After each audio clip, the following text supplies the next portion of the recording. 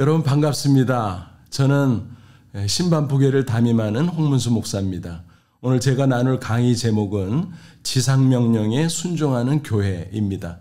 어떻게 하면 지역교회가 주님의 지상명령, 선교에 헌신하는 교회로 우뚝 설 수 있을까 함께 살펴보고자 합니다. 이번 미전도 종족 개척 선교대회에 참가하는 저와 여러분의 교회가 다시 한번 주님의 지상명령에 응답하는 복된 시간이 되기를 바랍니다. 더 나아가 마지막 남은 과업 미전도 종족 선교에 초점을 맞추는 포커싱의 시간이 되기를 간절히 축복합니다.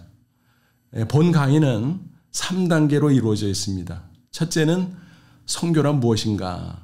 선교의 정의를 재확인해 봅니다. 둘째는 교회와 선교의 연관성을 살펴봅니다. 선교는 교회의 본질로 선택사항이 아니라 필수사항, 그 사실을 확인합니다. 셋째는 제가 사역하는 신반포교회 사례를 간단히 소개하고자 합니다. 선교에 무관심했던 교회가 어떻게 선교적 교회로 변화됐는가, 그 과정을 소개하고자 합니다. 아무쪼록 한국과 세계 각지의 선교적 교회들이 세워지기를 간절히 소원합니다. 더 나아가 미전도 종족 선교에 적극 헌신하는 계기가 되기를 간절히 축원합니다. 이제 선교란 무엇인가? 선교를 정의해 보려고 합니다. 언젠가 초등부 아이들에게 이런 질문을 던진 적이 있었습니다. 선교가 뭐지? 너희들 각자 생각대로 한번 말해보렴. 그러자 아이들이 이런저런 말로 대답했습니다. 선교는 복음을 전하는 거예요. 선교는 영혼을 구원하는 거예요. 선교는 하나님의 사랑을 나누는 거지요. 이런 식이었습니다. 그 중에 최고는 바로 이것이었습니다. 선교는 하나님의 마음이에요. 어떻게 어린아이가 이런 말을 했는지 정말 기특합니다. 성경은 하나님이 우리에게 보낸 편지, 그렇게 규정할 수 있습니다. 편지에는 보낸 이의 마음이 담겨 있죠. 성경에는 정말 하나님의 마음이 들어 있습니다. 그 마음의 핵심, 그것은 하나님 나라에 대한 열망입니다. 계시록 7장 9절 이하를 보면 하나님 보좌 앞에 큰 무리가 모여 있는데 하나님과 어린 양 예수를 찬양합니다. 그들은 각 나라, 각 족속, 각 방언에서 나온 사람들이었는데 십자가 대속의 은혜로 구원받은 성도들입니다. 그 모습이 바로 완성된 하나님 나라인 것입니다. 하나님은 이것을 위해서 예수님을 이 세상에 보내셨습니다. 인간을 지극히 사랑하심으로 독생자를 속죄제물로 보내주신 것입니다. 예수님은 하나님의 소원 그대로 인류의 구속을 위해서 십자가에 피 흘려 죽으시고 또 마지막 선포하셨습니다. 요한복음 19장 30절 다 이루었다. 헬라어로 한 단어지요. 테텔레스타에 무슨 뜻인가요? 다 지불했다는 것입니다. 인류의 죄값을 완전히 치렀다는 의미입니다. 그런데 각 사람이 구원받기 위해서는 복음 전파가 필수적입니다. 왜 그렇습니까? 로마서 10장 13절로 15절은 증거합니다. 신앙 고백으로 구원받는다. 그런데 믿음을 위해서는 복음을 들어야 된다. 또 듣기 위해서는 전파하는 자가 있어야 된다. 그렇다고 십자가 구속이 불완전하다. 이 말씀을 드리는 것은 결코 아닙니다. 각 사람이 구원을 받기 위해서는 구속사역이 핵심이지만 복음 전파가 없으면 안 된다는 뜻입니다. 따라서 이렇게 정리할 수 있습니다. 십자가 없이 구원이 없다. No cross, no salvation. 선교 없이 구원이 없다. No mission, no salvation. 오늘 이 시점에서 보면 십자가 구속은 2000년 전에 이미 이루어졌습니다. 그럼에도 불구하고 아직 복음을 듣지 못한 사람들이 전 세계에 산지에 있습니다. 특별히 미전도 종족이 아직도 4,800이나 됩니다. 이런 상황을 바라보시는 하나님의 마음을 한번 생각해 보십시오. 인류를 사랑하사 독생자를 내어주었던 그 하나님의 뜨거운 마음이 과연 어디로 향하겠는가? 바로 구원받지 못한 영혼들의 땅일 것입니다. 그래서 예수님이 승천하실 때 지상명령 주신 거 아니겠습니까? 마태복음 28장 19, 20절. 그러므로 너희는 가서 모든 민족을 제자로 삼아 아버지와 아들과 성령의 이름으로 세례를 베풀고 내가 너에게 분부한 모든 것을 가르쳐 지키게 하라. 볼지어다 내가 세상 끝날까지 너와 항상 함께 있으리라 하시니라. 아멘. 십자가 구속을 이미 완성했으니 이제는 그 복음을 전파함으로 한 사람 한 사람을 구원하라. 위대한 위임 명령입니다. 영어로 Great Commission이라 그러죠. 최고의 명령이란 뜻으로 지상명령 이렇게 부르기도 합니다. 이 말씀은 동시에 주님의 애타는 마음을 담은 간곡한 호소입니다. 그러기에 선교는 하나님의 마음이요 또한 예수님의 마음인 것입니다. 여러분, 과연 누가 하나님의 마음을 알 수 있겠습니까? 성숙한 그리스도인이 알 수 있습니다. 육신적으로도 자식이 철이 들어야 부모의 마음을 알죠. 그와 마찬가지 성숙해지면 하나님의 마음을 알게 되고 구원의 은혜에 감사, 감격하게 됩니다. 그리고 선교에 반응하게 되는 것입니다. 하나님의 애타는 마음을 공감하며 지상명령에 비로소 순종하게 된다라는 것입니다. 하나님이 우리를 이미 구원해 주셨음에도 불구하고 아직 천국으로 불러가시지 않는 이유는 뭘까? 바로 선교 때문입니다. 분명히 천국이 좋잖아요. 세상보다 훨씬 좋잖아요. 그럼에도 불구하고 우리를 세상에 여전히 머물게 하시는 이유는 행복을 위해서가 아닙니다. 선교를 위해서입니다. 먼저 복음을 전해 듣고 구원받은 자로서 다른 사람들에게 복음을 전파할 사명이 우리에게 주어져 있기 때문입니다. 마치 릴레이 경주자가 바통을 받은 후 다음 사람에게 전해줘야 하는 것과 같은 이치입니다. 선교는 복음의 릴레이인 것입니다. 리빙스턴의 명언이 생각납니다. 주위 사람들이 왜 그 위험한 아프리카로 가느냐 굳이 만류할 때 염려하지 말라며 던진 말입니다. 사명자는 결코 죽지 않는다. 선교 사명을 위해서 살려두신 하나님의 뜻을 확신한 자의 당당한 고백이었습니다. 그러므로 오늘 저와 여러분도 복음의 빚진 자로서 스스로에게 이렇게 다짐해야 할 것입니다. 살면 선교요, 죽으면 천국이라. 아멘. 이제 다음으로 선교와 교회의 관계를 살펴보려고 합니다. 교회는 세상에서 부르심을 받은 성도들의 공동체입니다. 헬라어로 에클레시아라고 하지요.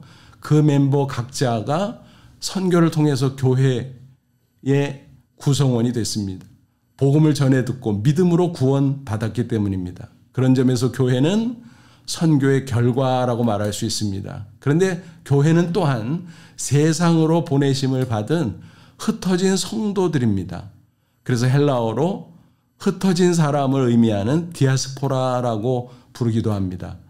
그 멤버 각자가 혹은 여럿이 함께 세상에 복음을 전파하며 살아가는 것입니다. 그런 점에서 교회는 또한 선교의 도구입니다. 벤 리넨이 이렇게 정리했습니다. 하나님의 선교 결과 교회가 탄생했고 동시에 하나님은 교회의 선교 사역을 위임하셨다. 즉 교회는 선교의 결과 the result of mission이고 또한 선교의 도구 the instrument of mission이다. 정말 핵심을 찌르는 아름다운 말입니다. 초대 예루살렘 교회를 한번 생각해 보시죠. 제자들이 성령 강림을 경험하고 복음을 전파한 결과 형성된 것이 바로 예루살렘 신약 최초 교회지요. 교회는 선교의 결과다 하는 사실을 확인할 수 있습니다. 그 다음에는 마땅히 선교 도구가 되어야 했습니다. 그런데 거기서 문제가 생겼습니다. 그들은 예루살렘 안에서 유대인에게만 복음을 전파했습니다. 거기까지였습니다. 절반의 순종, 그것은 불순종입니다. 그들은 더 이상 복음을 확장하지 않았습니다. 그들은 분명 지상 명령을 받았잖아요. 사도행전 1장 8절 표현대로 하면 예루살렘 넘어 유대, 사마리아 땅끝까지 복음을 확장해야 됐음에도 불구하고 불순종했다는 것입니다. 로버슨 맥퀼키는 이를 비판하면서 그레이트 커미션 그 용어를 패러디해서 이렇게 말했습니다. 예루살렘 교회는 그레이트 오미션을 저질렀다. 우리말로 굳이 번역한다면 크나큰 방기. 그 위대한 지상명령을 빼먹고 말았다라는 것입니다. 그의 일갈은 이 땅의 많은 교회들을 향한 촌철살인입니다. 주님의 마음이 얼마나 답답하셨을까. 기다리다 못해서 스데반 순교를 허락하십니다. 이를 계기로 핍박이 일어났고 예루살렘 교회 성도들은 각지로 흩어져 버립니다. 사도행전 8장 1절은 그 상황을 이렇게 기록하고 있습니다. 그날에 예루살렘에 있는 교회에 큰 박해가 있어 사도 외에는 다 유다와 사마리아 모든 땅으로 흩어지니라. 그럼에도 불구하고 예루살렘 교회 성도들은 편견이 얼마나 고질적이었는지 안디옥까지 흩어져 갔음에도 불구하고 그곳에서 오직 유대인 교포들에게만 복음을 전합니다. 안타깝죠? 근데 하나님께서 예비하신 무명의 개척자들이 그곳에서 이방인에게도 복음을 전합니다. 일대 전환이 일어났던 것입니다. 그것을 주님께서 심히 기뻐하셨습니다. 사도행전 11장 21절은 이렇게 기록합니다. 주의 손이 그들과 함께 하심에 수많은 사람들이 믿고 주께 돌아오더라. 이렇게 해서 세워진 교회가 바로 안디옥 교회였습니다. 예루살렘 교회는 안디옥의 바나바를 파송합니다. 그것은 너무나 귀한 일이었습니다. 바나바가 혼자 감당 못해서 사울, 후일 바울 사도가 되죠. 그와 함께 사역을 하게 되었고 안디옥 교회는 계속 성장하고 또 성장하게 됩니다. 그 교회는 예루살렘 교회의 장점을 계승했어요. 그러나 그와 또 달리 여러 종족이 함께 어울린 교회였습니다. 특별히 선교적 교회의 모델이 됐습니다. 성령의 지시로 나중에는 바나바와 바울을 최초의 이방 선교사로 파송하는 쾌거를 이룹니다. 그 모습 하나님께서 얼마나 기뻐하셨을까. 그 모습이 얼마나 하나님의 마음을 시원케 했는지 우리는 능히 짐작할 수 있습니다. 저는 하나님이 정말 기뻐하시는 교회의 모델이 과연 뭘까? 예루살렘 교회가 아니라고 생각합니다. 바로 안디옥 교회입니다. 성경적 교회는 선교적 교회, 미셔널 처치인 것입니다. 성숙한 그리스도인이 선교에 반응하듯이 성숙한 교회가 선교에 반응하는 것입니다. 규모가 커도 선교에 반응하지 않는 교회는 하나님의 마음을 모르는 미성숙한 교회에 불과합니다.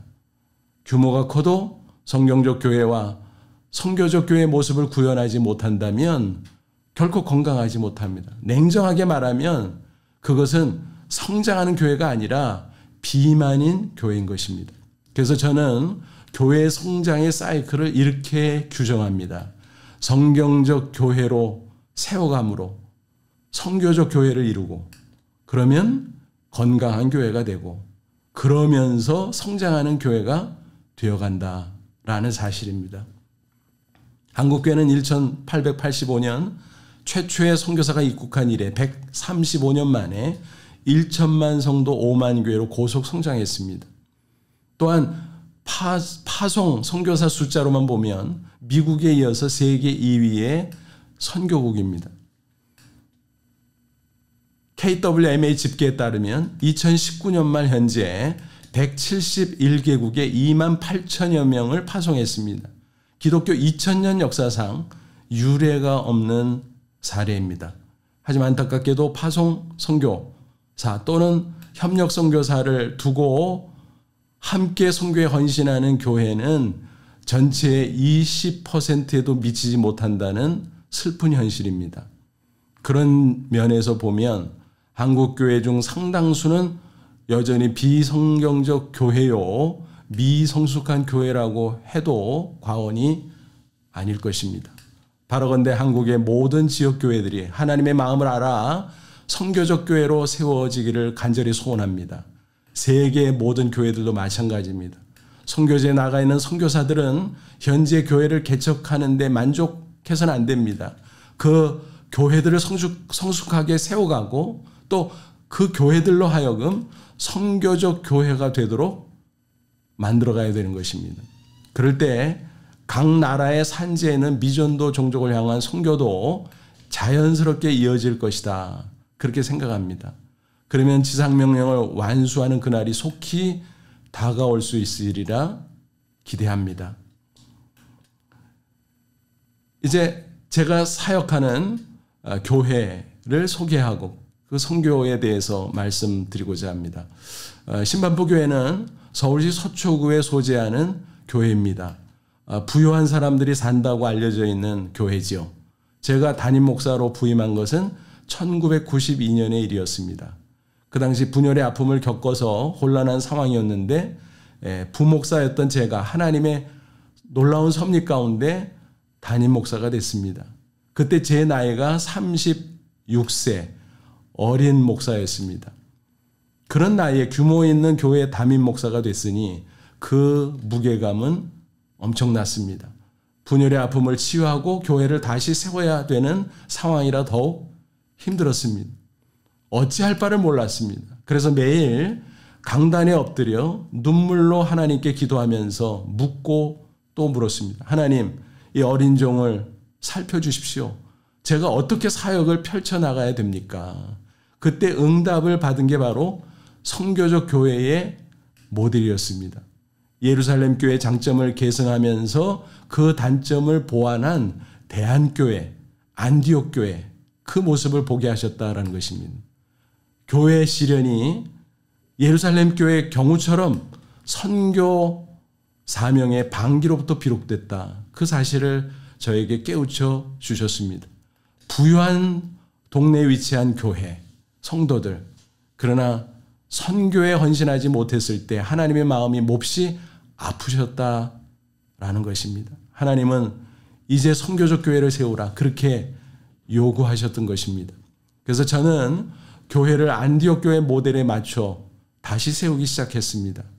우선 성도들을 살아있는 예배 공동체로 세웠습니다. 그리고 제자훈련, 성경 공부 등을 통해서 말씀 공동체, 교육 공동체로 세웠습니다. 이 둘을 기초로 선교를 지향하는 사명 공동체로 나아가는 것을 최종 목표로 삼았습니다. 이를 가리켜 제가 We Mission Ministry, We Mission Ministry라고 명명을 했습니다. W는 worship의 첫째 글자지요.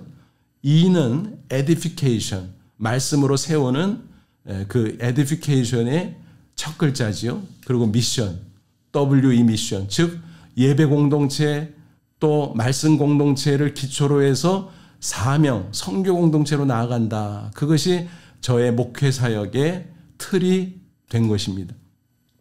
이를 위해서 제일 먼저 한 것이 말씀을 부지런히 성도들에게 가르치는 겁니다. 특별히 신구약 성경을 통해서 선교의 이야기를 나눴습니다. 그렇게 함으로써 성도들의 마음속에 선교 마인드, 미션 마인드를 고취시키기를 원했습니다. 또 선교사들을 자주 초청해서 그들로 하여금 선교 메시지, 선교 보고를 전하게 했습니다. 그 말씀, 그 보고를 들은 성도들이 마치 선교 현장을 간 것처럼 간접 체험의 기회를 얻을 수 있었습니다. 또 아울러서 선교 축제라는 타이틀의 선교 컨퍼런스를 펼쳤습니다.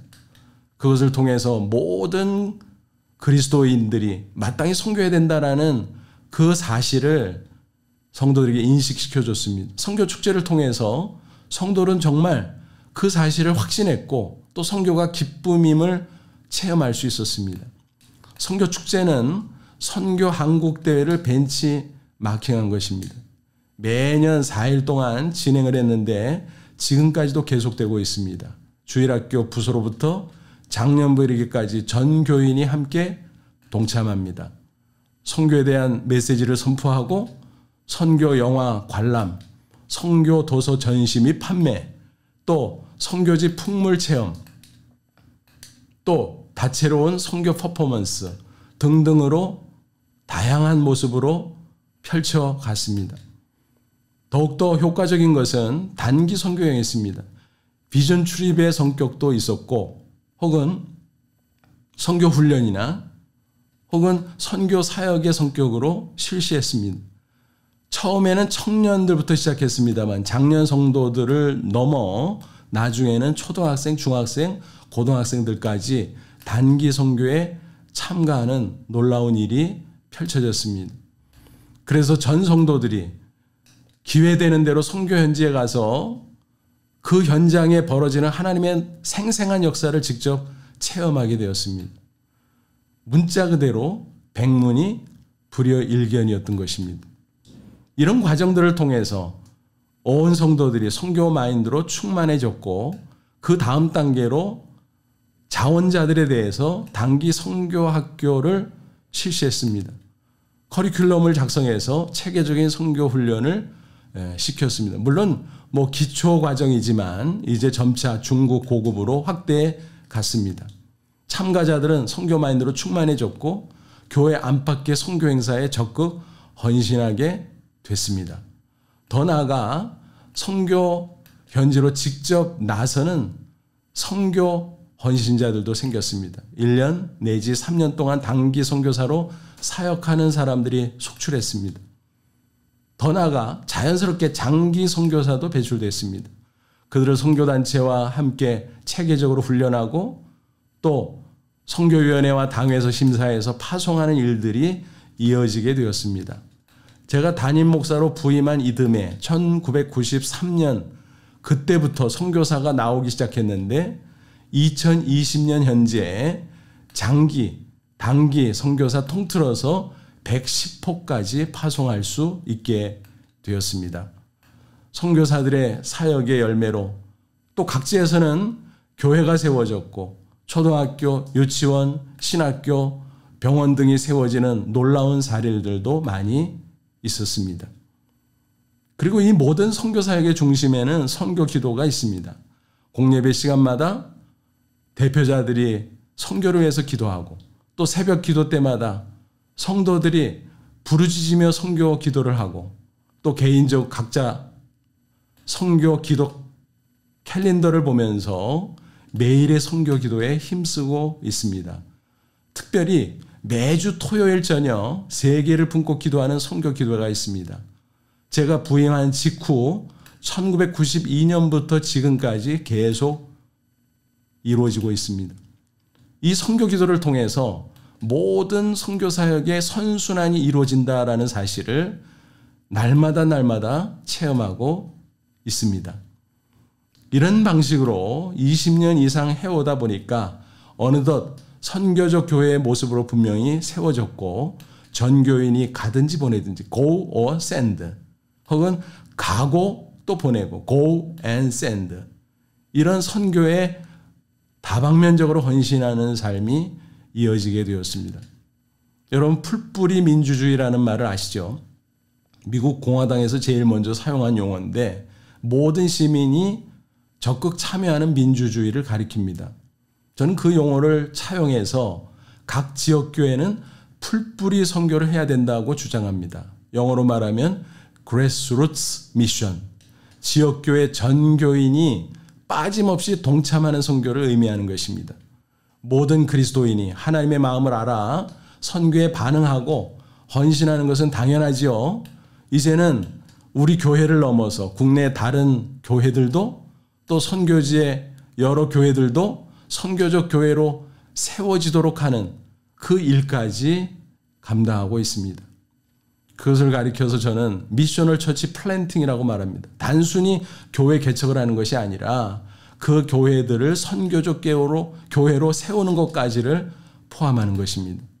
국내 교회 여러 목회자들에게 선교 세미나를 제공하고 또 파송 선교사들과 협력해서 여러 나라 지도자들을 한국에 초청해서 한국교회 목회를 전수해주고 특별히 신반북의 풀뿌리 선교 모델을 전수해 줌으로써 곳곳에 풀뿌리 선교 운동을 펼치고 있습니다.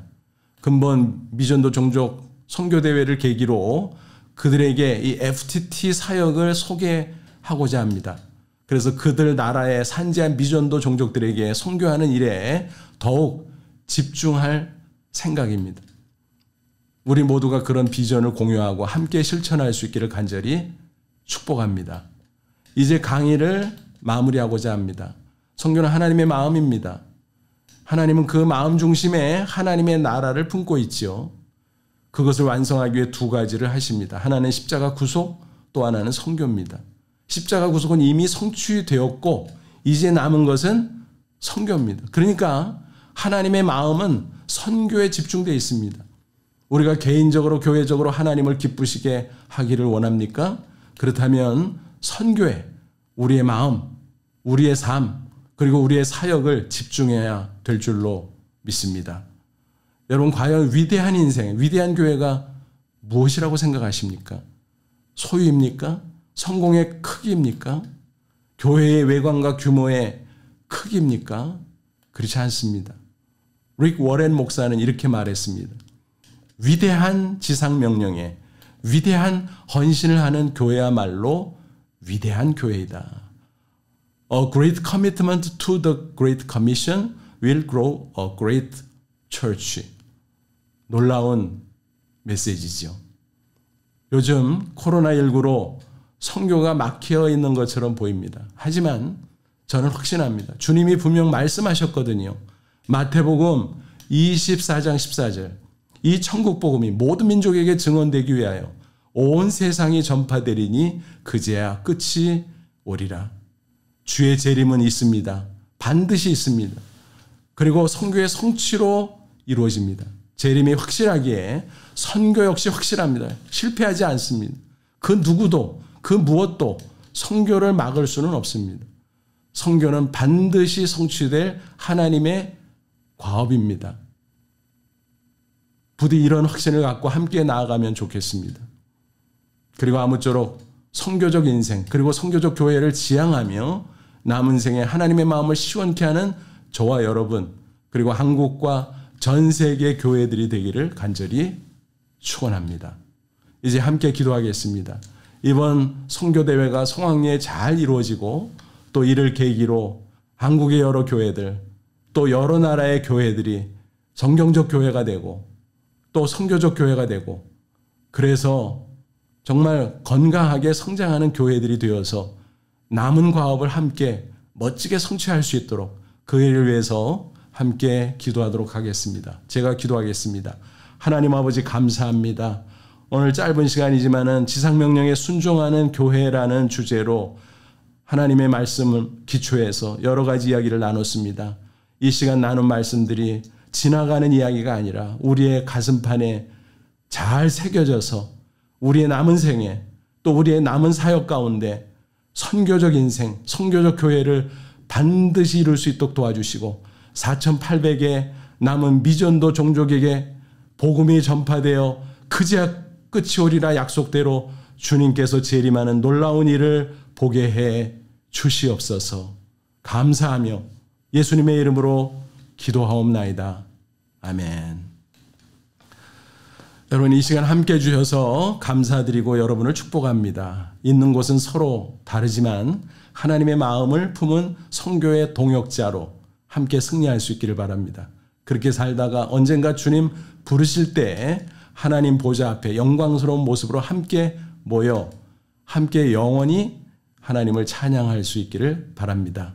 마라나타 감사합니다.